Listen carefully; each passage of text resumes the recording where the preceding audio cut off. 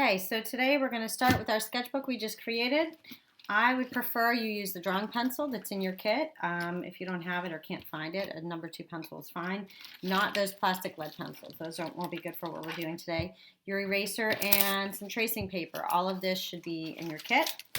And I do this at the beginning because a lot of students say, I don't know how to draw, I don't know what to draw, I don't know what to do. So this is the very basic of brainstorm sketching. I'm going to use this one because it's bound. And I just want to go to my first or second page. It doesn't really matter. And if you look at my example right above here, we're going to start with a basic shape. Now this artist did a circle. I'm going to draw, let's just draw a triangle just for the sake of. So number 1, you're going to draw a shape. Any shape, doesn't matter. It can be an amoeba shape. Then number 2, you're going to add a shape.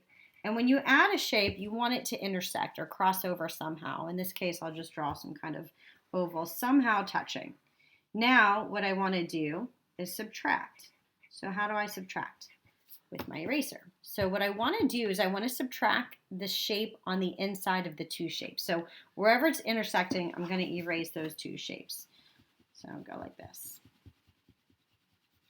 And if I can still see the line, that's fine. This is just my sketchbook. This is where all your ideas are coming from. So these can be messy or weird.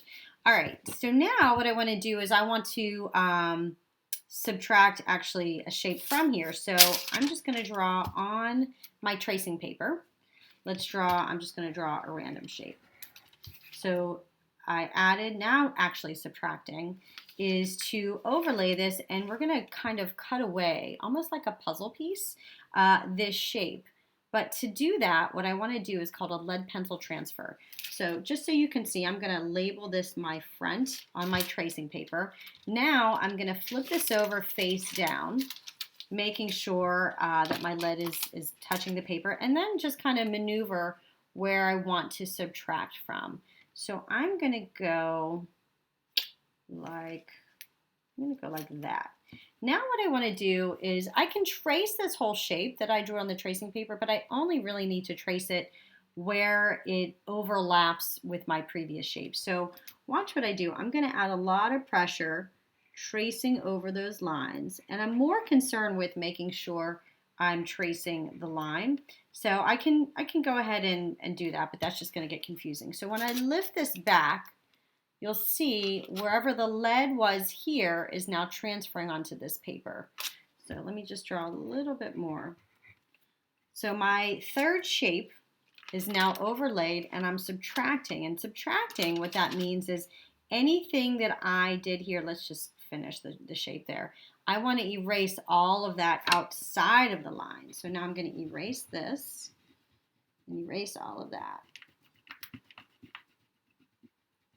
And just so you can see a little better, I'm going to trace over those shapes. So I'm going to go here and here. So now what I've created with one shape, adding a shape and subtracting a shape, I've got this kind of weird, almost looks like a bow or kind of Pac-Man. I'm not really sure. It's kind of weird shape. So now what I want to do is, I'm going to put number 4, is mirror. So somewhere else on my tracing paper, I'm going to trace this nice and heavy and dark. That wasn't a very good tracing. Let me get a better shape there. And now I'm going to flip it to mirror it. So if I flip it, I've created a mirror image. So if I held a mirror there, you would get this shape. What I can do though is I don't have to mirror it there. I could mirror it maybe this way or that way. I think I'm just going to do that. And then because my front is underneath, the lead is facing down, I'm going to trace over that again, trace and transfer. So what I'm doing is called a lead pencil transfer. I don't even need a pencil. I can just use my fingernail and add pressure, and that's going to transfer the lead. But let's just make it easier and just say trace over those lines like that, like magic, right? So now I've created this shape here randomly by adding, subtracting, mirroring. I'm going to erase any lines on the inside just to create one solid shape. And the last thing I could do, you don't necessarily have to do this, but let's do it anyway, rotate. So I'm going to go ahead and take this shape that I have. I can flip it back, and now I'm going to rotate. So I was here, right? Now I'm going to rotate it and maybe intersect it again and maybe do some more adding. Let's add. So I'm going to add this shape here if you want. And you can see some of it doesn't transfer, so I'll just draw that back in there. Okay. So now this is where the fun begins. This is where in the classroom we say, well, what does this look like? Does it look like an alligator? Does it look like an airplane? Does it look like some video game creature or logo or something? And this is where you can get creative. I always tend to put faces on things, not to say that you have to. But if I rotate this, maybe kind of looks like some cartoon character hair. Right, so again, I always say I put eyes. There would be the eyes, eyelashes in her lips, right? She's got some funky, I could color it blue and it might be Marge Simpson on a bad hair day. I don't know. Or maybe it's some kind of, let me see, let's rotate it this way. Ooh, again, I always see faces. This is where I see an eyeball here. This is where their teeth would go. Right? That's their nostril here.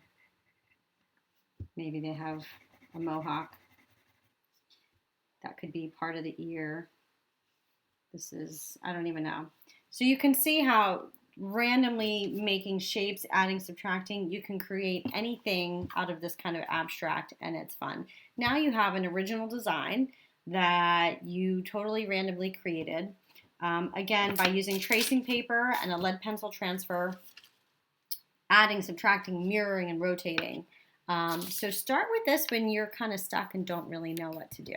And you can see up here, this is where that was going.